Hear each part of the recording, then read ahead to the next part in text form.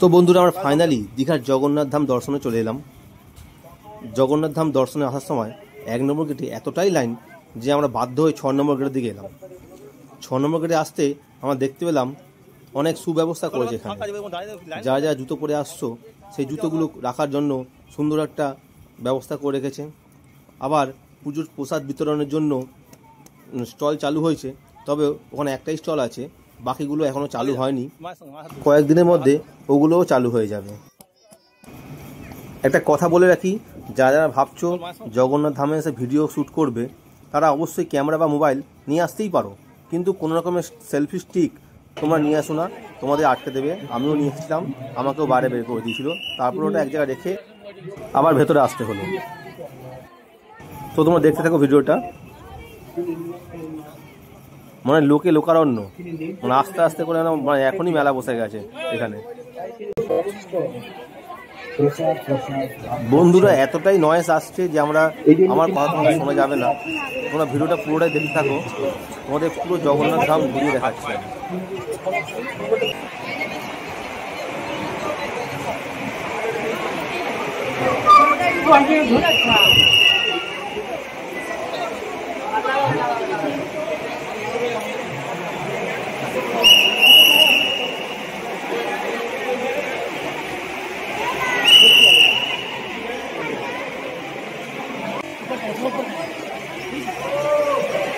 সত্যি কি অপূর্ব যেন লাগছে এই জগন্নাথ মন্দির। সন্ধ্যেটা কাটানোর জন্য খুবই উপযুক্ত একটা জায়গা। সন্ধ্যা আরতি থেকে শুরু করে সব কিছু এখানে হচ্ছে। আর এই দেখো এখানে কি সুন্দর জল আর পদ্ম ফুল ফুটেছে। এপারও দুদিকে আছে, আমি দেখতে পেলাম, সুন্দর দেখতে।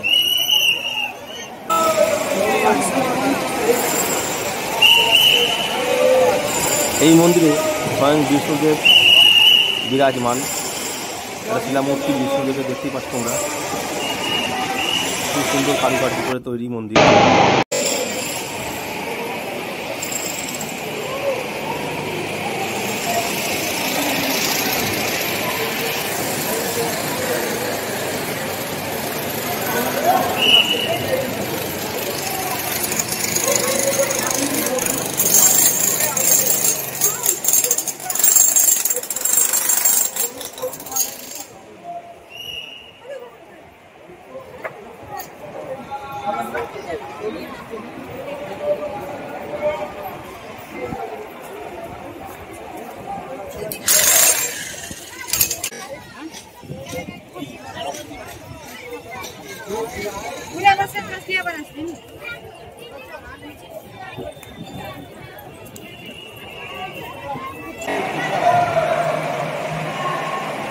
এবার আমরা চলে এলাম জগন্নাথ মহাপ্রভুর দর্শনে।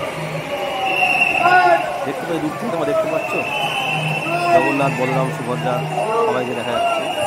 আমাদের কাছে দিকে দেখাচ্ছি, অনেক চেল্লামেল্লি হচ্ছে। বন্ধ করতে হবে।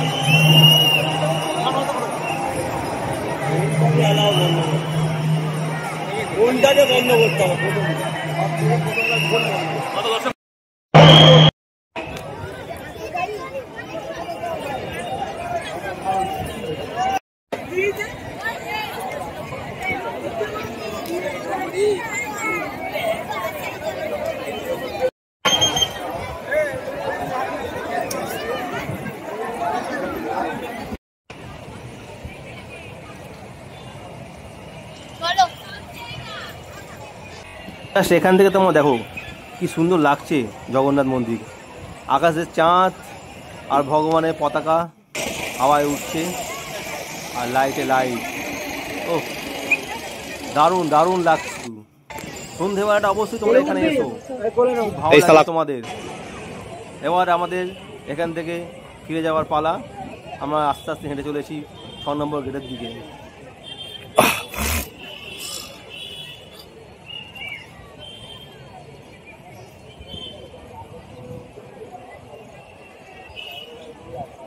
ভিডিওটি ভালো লাগলে অবশ্যই আমাদেরকে বন্ধু করে নিও, আর অবশ্যই ভিডিওটি শেয়ার করে দিও, লাইক করে দিও, আর অবশ্যই একটা কমেন্ট করো।